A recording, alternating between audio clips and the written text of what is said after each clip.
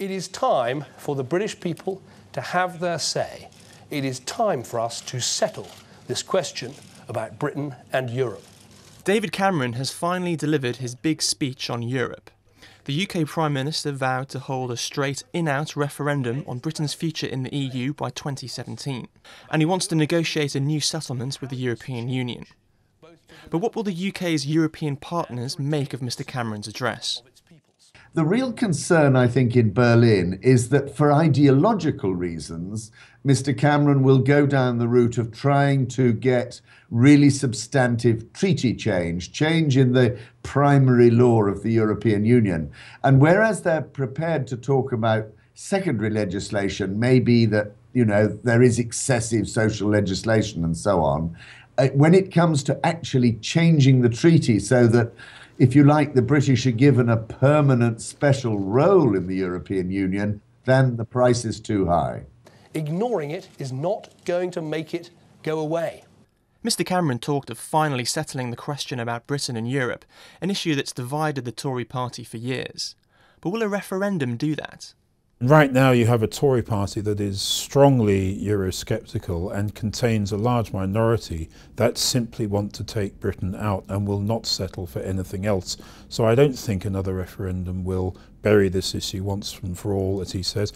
Possibly a historic split in the Tory party along the lines that happened in the 1840s over free trade. That might do it, but I'm quite sure the Prime Minister doesn't want that to happen. We will give the British people a referendum. The Prime Minister also said the British people have to have their say.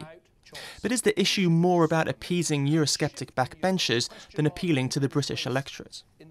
I certainly think that when he and other members of the Cabinet talk about stronger pressure from the British public than ever to settle the European question and demand change in the way Europe is run, I don't see this. The opinion polls don't suggest this. Other issues, above all the state of the economy and jobs, and these sort of things, these are constantly at the top of people's minds. Europe doesn't figure anything like as high as that. So I think they exaggerate when they suggest that they're under pressure from the public.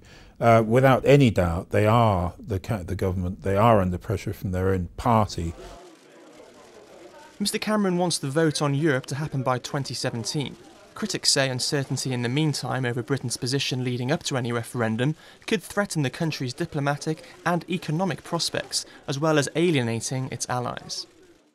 I think there's a great deal of worry in the business community in Britain and in the financial community in Britain that this is creating a long period of uncertainty. How can any foreign investor seriously think about investing in Britain if there's a real danger that come 2017, the Brits will vote to leave the European Union? And so it's a very difficult balancing act that David Cameron has actually given himself to deliver. And there's no guarantee there will be an agreement reached on a new treaty by the date Mr Cameron has set, given he'll have to persuade 26 other governments to go ahead with the changes he wants. Treaties take a long time to be negotiated and then approved, and I'm not sure that all this would be ready by 2017 as the Prime Minister wants. If it isn't, he will face a very difficult choice. Could he call a referendum on a treaty whose very future, which might not have yet been negotiated, and whose very future might still be in doubt across the rest of Europe? It seems to me he would have to come back to this issue in a way that he's not presently envisaging. Mr Cameron said on the one hand he understood the appeal of Britain going it alone, but on the other he said the UK must think very carefully about the implications of the withdrawal.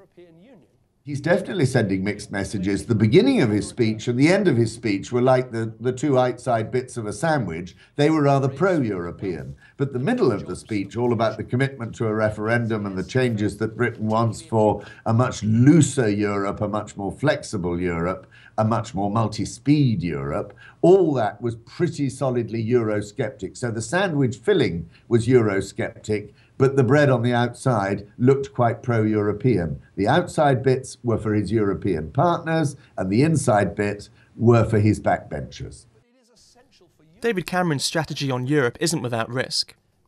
His speech was well received by Eurosceptic Tories, but it might not be the vote winner with the British public he would have hoped for.